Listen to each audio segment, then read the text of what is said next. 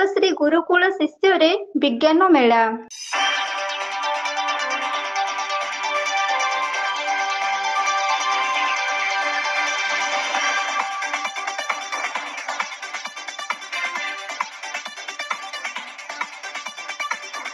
विज्ञानर अग्रगति दिनकू दिन बढ़िबारे लागिछि।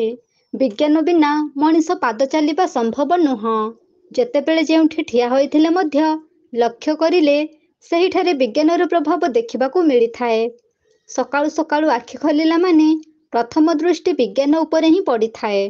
दिन सारा निज कर्ममय जीवन रे कार्य करी रातिरे सेजकू जीवा पूर्वरु विज्ञान सहित संस्पर्शरे आसीथिबा बेले शोइबा बेले मध्य विज्ञानर किछि न किछि जिनिस व्यवहार करा जाई थाए। विज्ञान द्वारा मनीष समाज आज बहुत आगकू जाई पारिछि। वर्तमान समय रे चिंता करी जदि किछि वर्ष पूर्व को मने पका जाए ताहेले जळ जळ होई जणा पड़ी जाए विज्ञानर कार्यकारिता। विज्ञानर प्रभाव रे असंभव को संभव करा जाई पारुछि। ए विषय रे समस्त अवगत होई सारिछंती।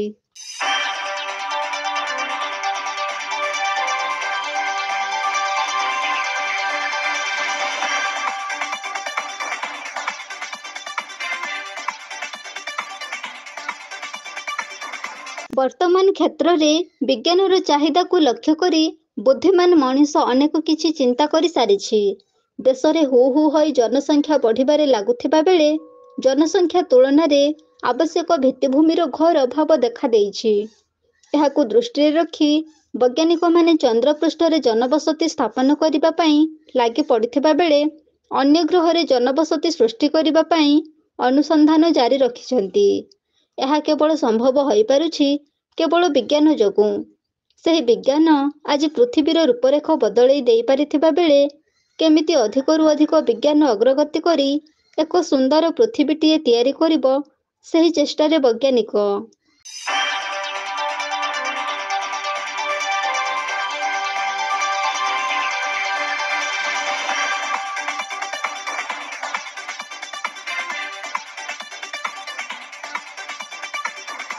स्कूल रो पिलामानंकु मध्य विज्ञानर करामती विषय रे शिक्षादान करा जाउथिबा बेले विज्ञान द्वारा पृथ्वी केते आगकू जाइछि ताहा छात्र छात्री मानंकु अवगत करा जाउछि। छात्र छात्री मानंकु विज्ञान विषय रे अधिक ज्ञान कौशल बांटिबा पई ढेंकीकोट ठारे थिबा शिक्षा अनुष्ठान श्री गुरुकुल शिष्य रे विज्ञान मेला आयोजित होई जाइछि। कुनी पिलामाने कुनी वैज्ञानिक साजी विभिन्न प्रकारर विज्ञान कौशल समस्तंकु दृष्टि आकर्षण करि पारिछंती। विज्ञानर करामती विषय रे वर्तमान रो छात्र छात्रींक मनरे धारणा आसिले दिनकू सेमाने मध्य जणे जणे वैज्ञानिक होई पारिबे एथिरे संदेह नाही। तेणु एबे अनेक शिक्षा अनुष्ठान मानकरे विज्ञान मेला आयोजन करा जाउछि।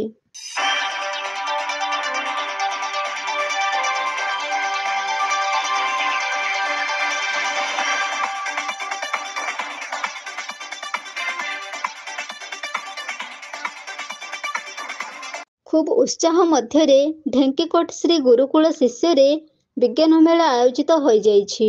छात्र छात्री माने मध्य खूब उत्साह सहकारे एही विज्ञान मेला उपभोग करुथिबा बेले वैज्ञानिक पद्धति रे कार्यर झलक मध्य देखाइथिले।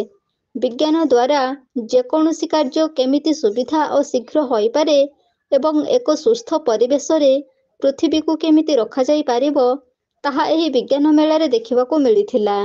एही विज्ञान मेला रे मौसुमी नायक, शर्मिष्ठा प्रियदर्शिनी बेहेरा एवं नरेंद्र महांत अतिथि हिसाब रे जोग देइथिबा बेले ढेंकीकोट श्री गुरुकुल शिष्यर शिक्षयित्री निरुपमा दास, शुभश्री शतपथी, प्रभात नलिनी महांत, लिपिका साहू, शुभश्री आपट एवं रुबीना परिडा विज्ञान मेला को परिचालना करिथिले।